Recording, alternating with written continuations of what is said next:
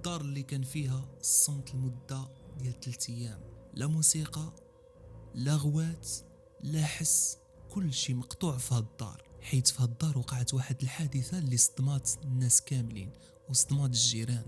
قصة غادي تصدمكم وقعت في هاد السنوات الأخيرة، فحلوا معايا ودنيكم وسمعوا لهاد القصة الحقيقية اللي غادي تصدمكم.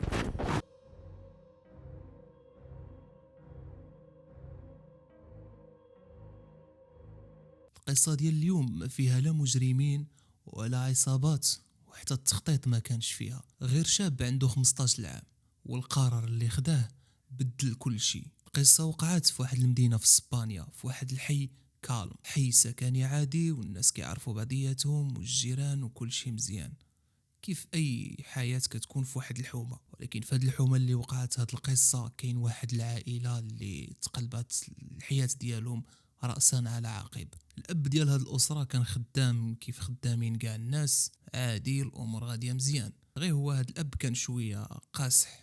والام ربت بيت وعندهم واحد الوليد صغير، وعندهم الشاب اللي دايره عليه هاد الحكاية.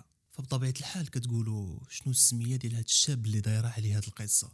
ولكن قبل ما غادي نبداو في التفاصيل ديال هاد القصة، بغيت نقول لكم واحد القانون كاين في اسبانيا، القانون اللي كيحمي المراهق. فهاد الولد عنده 15 سنة، يعني مازال ما بالغش. فداك الشيء علاش كاين واحد القانون في اسبانيا كيحمي هاد الشباب، وما بغاوش يقولوا السمية ديالو وحتى التصويرة ديالو ما كايناش. فداك الشيء علاش حنايا في هاد القصة غادي نديروا له واحد السمية باش يكون معروف، وغنسميوه دانيال.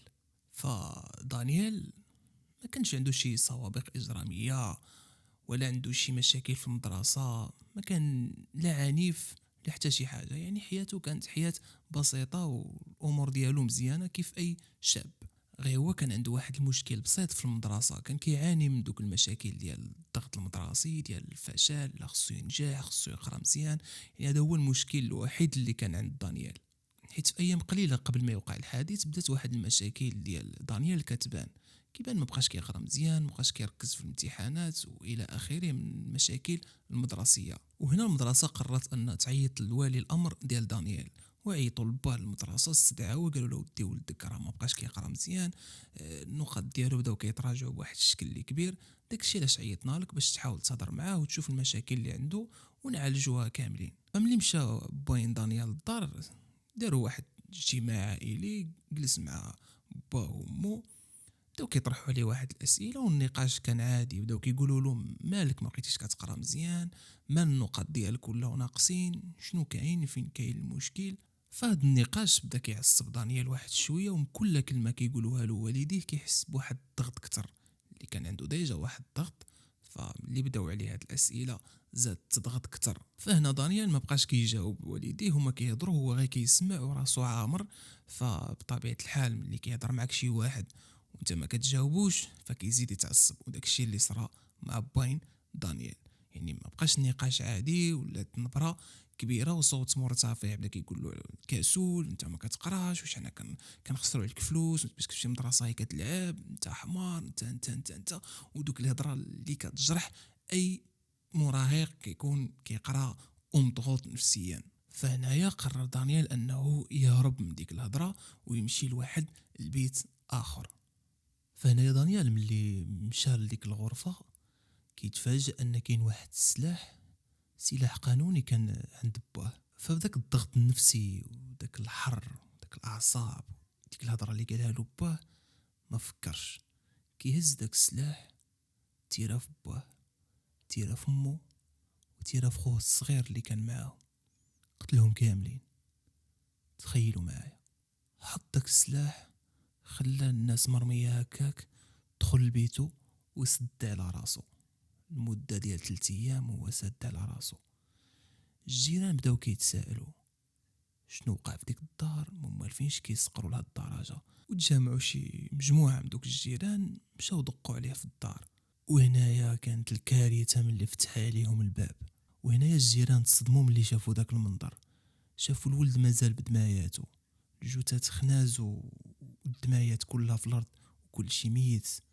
فعيطوا للبوليس في ديك اللحظه. فالبوليس داو دانيال وبداو كيحقوا معاه، هو ما كيهضرش، كيسولوه ما كيهضرش.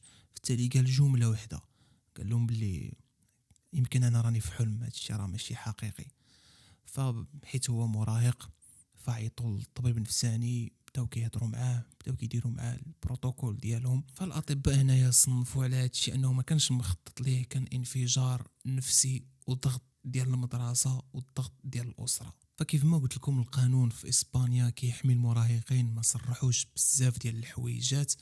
فالعبره من هاد القصه اللي بغيت نوصلها لكم، فنحافظوا شويه على وليداتنا وما نضغطوش عليهم بزاف.